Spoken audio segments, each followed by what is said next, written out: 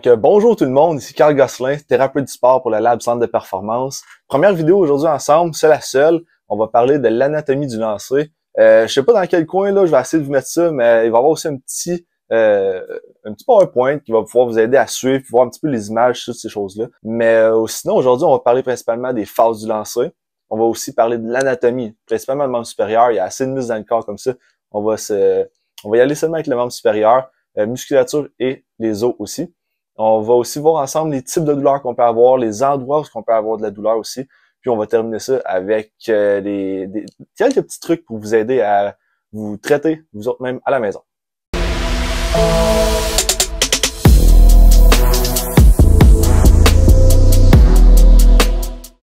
Première diapositive, ici, on voit les phases du lancer.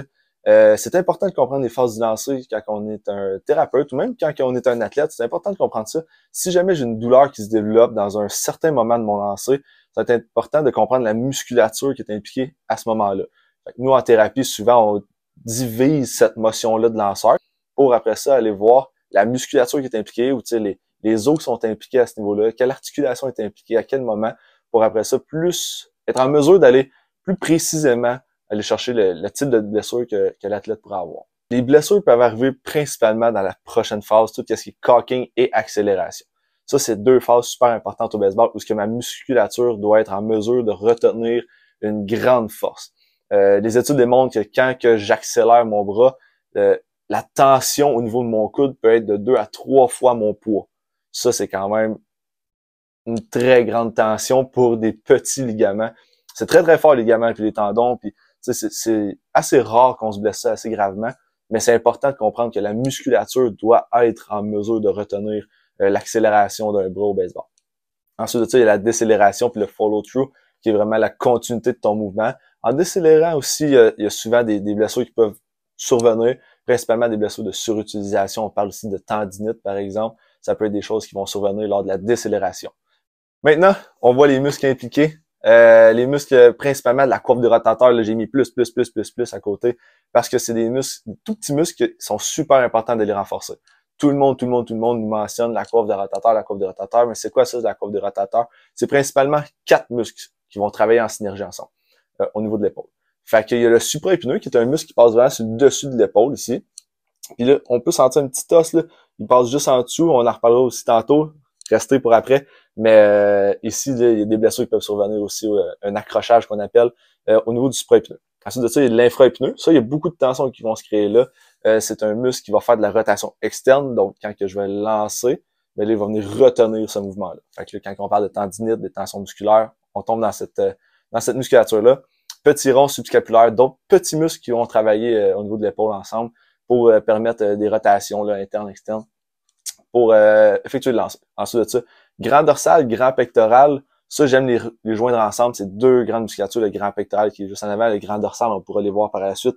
À l'arrière, ils font de la rotation interne, fait que quand on accélère le bras, il faut que ce soit des muscles super forts pour vraiment accélérer le bras le plus rapidement possible.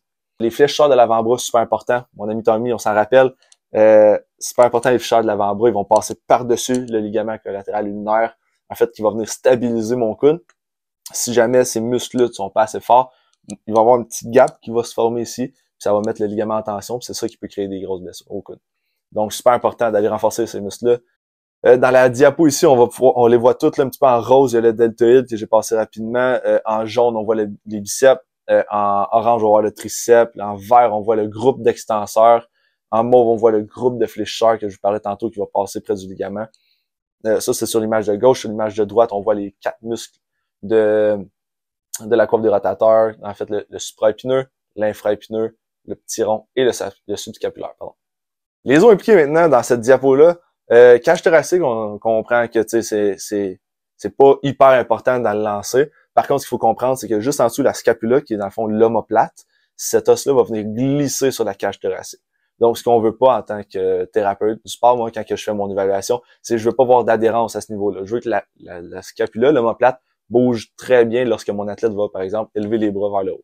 Souvent, ce qu'on appelle, c'est une dyskinésie. Donc, en fait, les omoplates vont mal bouger ou il va y avoir un petit délai dans leur mouvement. Donc, ça, on essaie de limiter ça le plus possible pour que quand que je vais faire un mouvement à grande vitesse, que mon omoplate bouge vraiment rapidement puis qu'elle bouge bien aussi dans le bon angle. Par la suite, la clavicule qui est juste ici à l'avant, on peut la jumeler avec la scapula parce que, comme je vous ai parlé tantôt, il y a un petit accrochage qui peut se former juste en dessous de l'os ici, au niveau du supraépineux. Puis ça, c'est une douleur que beaucoup d'athlètes, quand même, que je traite en clinique avec ça. Ça se traite quand même relativement bien. On apprend un petit peu des niveaux patromoteurs, on renforce la musculature, puis en fait, la douleur va disparaître tranquillement. Ensuite, les lieux possibles d'apparition de la douleur. Là, on rentre un peu dans les crunchy. On parle ici de gléno-huméral antérieur. Fait que souvent à l'avant de l'épaule, vous comprendrez que moi, je suis un lanceur droitier. À l'avant de l'épaule, souvent, ce qu'il faut comprendre, c'est qu'il y a quand même de la grosse musculature qui passe là. Il y a aussi le biceps qui passe là.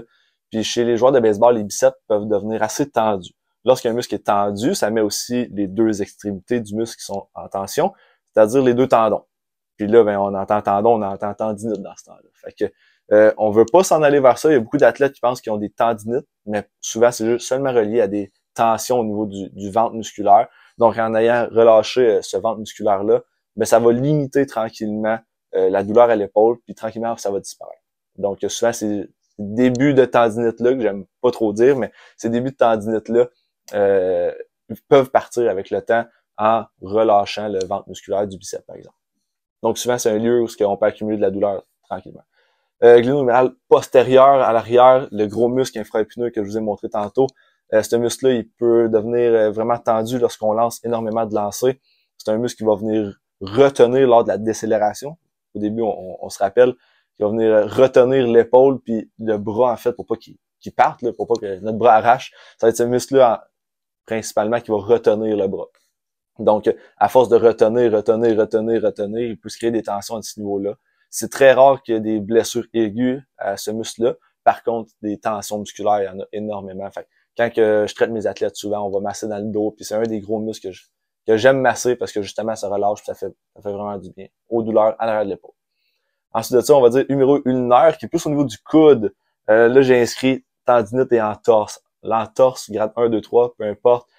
Souvent, ce qu'on va regarder, c'est le ligament collatéral ulnaire, qui est un ligament à l'intérieur du coude ici, qui peut se déchirer.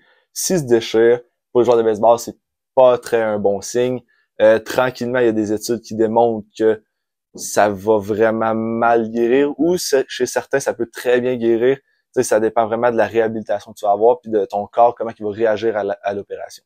En fait, ce que je veux dire, c'est que si tu déchires ce ligament-là, puis tu décides de suivre l'opération Tommy John, qui est un joueur de baseball, qui est un des premiers qui a subi cette chirurgie-là, ils vont venir prendre un morceau de tendon dans ton corps, puis ils vont venir le rattacher au niveau de ton coude. Puis ce qu'il faut savoir, c'est que cette opération-là a quand même un très bon taux de succès. Par contre, il y a encore beaucoup de douleurs qui peuvent être associées lorsque tu lances à cette opération-là.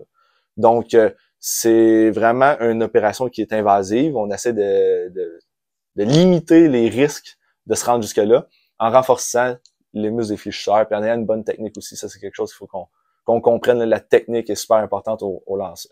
Ensuite de ça, l'huméro-radial, en fait, le seul et unique tennis elbow. Okay? Ici, il y a un petit groupement de tendons qui peuvent s'inflammer, qui peuvent devenir comme un début de tendinite, encore une fois. Tu sais, une tendinite, pour moi, c'est quelque chose qui est vraiment limitante. Puis chez les joueurs de baseball, souvent, ce qu'on commence à voir en premier lieu, c'est de la douleur. C'est pas nécessairement vraiment limitant, c'est sensible. J'ai besoin de me faire relâcher l'avant-bras. Les jeunes vont venir me voir aussi, puis ils vont me dire, tu sais, Carl, je me sens pas super bien dans mon coude, tu peux-tu vraiment me démolir l'avant-bras? Fait que là, je fais mes techniques de massage, puis habituellement, tout va bien après ça. Ensuite de ça, on va passer aux complications possibles au niveau du membre supérieur. On va en passer 4 ensemble aujourd'hui. Donc, les DOMS, les Delay Onset Muscle Soreness, qui en fait, c'est des courbatures qui sont légères à intenses, puis que, dans le fond, ils devraient survenir de 24 à 48 heures après l'exercice, puis ne devraient jamais durer plus qu'une semaine. Si ça dure plus qu'une semaine, ça veut dire que tu as probablement dépassé ton seuil de blessure, qu'on a déjà parlé dans un autre podcast. Fait qu'on veut pas dépasser ça, mais être raqué, c'est normal. Si je demande à un athlète de lancer un match complet de 7 manches puis qu'il me fait 100 lancers, c'est normal que le lendemain, il soit pas en shape pour en relancer un autre. Donc, à ce moment-là, technique de massage, bien froid, on lui permet de récupérer, puis habituellement, ces courbatures-là vont diminuer. Puis par la suite, notre athlète va être en mesure de bien récupérer. Ensuite de ça, les élongations musculaires, on peut se blesser notamment aux muscles. On a parlé beaucoup d'articulation, mais on peut se blesser aux muscles. Donc, les élongations musculaires, ça peut survenir aussi. Ensuite de ça, les ruptures ligamentaires, on parle ici de tout ce qui est, comme tantôt j'ai mentionné, l'opération Tommy John. On peut aussi se blesser au niveau du poignet si jamais on a des chutes. Il y a plusieurs types de lésions. On appelle ça habituellement des entorses, donc grade 1, 2, 3, ça peut aller jusqu'à 4, 5, 6 aussi chez certaines blessures. Ensuite de ça, des engourdissements de la main ou des doigts. Ça, c'est plus une compression nerveuse. Ça, chez des athlètes où ils ont une forte musculature au niveau du membre supérieur, en fait, là, on peut voir ça des fois dans certains mouvements, les athlètes se sentent inconfortables. Alors, on appelle ça un défilé thoracique. En fait, c'est une compression nerveuse qui se passe plus souvent au niveau du cou, que ça peut être anatomique ou en fait structurel ou mécanique. Puis par la suite, là, c'est de faire de la décompression nerveuse tranquillement. Puis ça, il y a plusieurs techniques, on pourra les repasser une autre fois, mais il y a plusieurs techniques pour faire ça, dont des exercices, mais il y a aussi des opérations qui peuvent se faire, puis des techniques que peut-être plus les physiothérapeutes sont en mesure d'appliquer chez les athlètes. On parle rapidement de mon ami Tommy John, en fait, qui est la rupture ligamentaire du ligament collatéral ulnaire. C'est souvent causé par une surutilisation ou bien une mauvaise technique de lancer. Habituellement, c'est une blessure qui arrive en aigu, ça veut dire rapidement, en un seul lancer, déchirure complète, l'athlète est plus en mesure de lancer, inflammation, rougeur, douleur, on a tout le kit. Puis par après, on va s'en suivre l'opération si jamais l'athlète le désire. Puis par après la réhabilitation et toutes ces choses. Il y a une super bonne vidéo que je mettrai en description que vous pouvez aller voir, qui est le John Hopkins Medicine, qui explique un petit peu c'est quoi cette opération-là, puis comment il procède pour la faire. Donc c'est super intéressant. Puis habituellement, la récupération suite à cette blessure-là, c'est 1 an et demi, ça peut aller jusqu'à 2 ans. Donc ça peut être très très long. Puis on pourrait en reparler pendant une petite vidéo, encore une fois, mais ensemble de ce type de blessure-là, plus en profondeur, on va dire. Ensuite de ça, une fois que tu as lancé, qu'est-ce que je fais pour bien récupérer, Carl? Ben, super important. Nous, ici, on lab du centre de performance. À nos athlètes, on fait faire un arm care souvent avant l'entraînement qui va suivre. Donc, ça permet à nos athlètes de garder leur amplitude de mouvement complète, revenir en force, récupérer, drainer un peu l'inflammation. Tu sais, on a vraiment un programme complet, qui consiste à être notre arm care qu'on fait faire à nos jeunes. Puis qu'il va venir aussi en vente avec la formule du 4000 à l'heure, là, bientôt sur Internet. Donc, on a ça. Ensuite de ça, glace. Gros débat, glace ou pas glace. Habituellement, si tu as de la douleur, c'est préférable de la douleur que tu as de la difficulté à gérer. Donc, tu peux mettre de la glace, ça va limiter un petit peu la douleur. Si c'est un inconfort, que j'aime dire, essaie de limiter la glace parce que souvent, la glace, ça va réduire l'inflammation. Puis l'inflammation est super importante lorsqu'on se blesse parce que c'est le premier signal d'alarme envoyé au cerveau pour envoyer au corps comme le message que ça doit guérir, il y a une blessure à cet endroit-là. Donc, super important de laisser un petit peu d'inflammation, trop c'est comme pas assez, là, mais si on ressent de la douleur, c'est difficile à la gérer, on peut prendre de la glace puis l'appliquer au niveau de la douleur. Ensuite de ça, l'automassage. L'automassage, dans les études, de plus en plus, ça prend la place des étirements.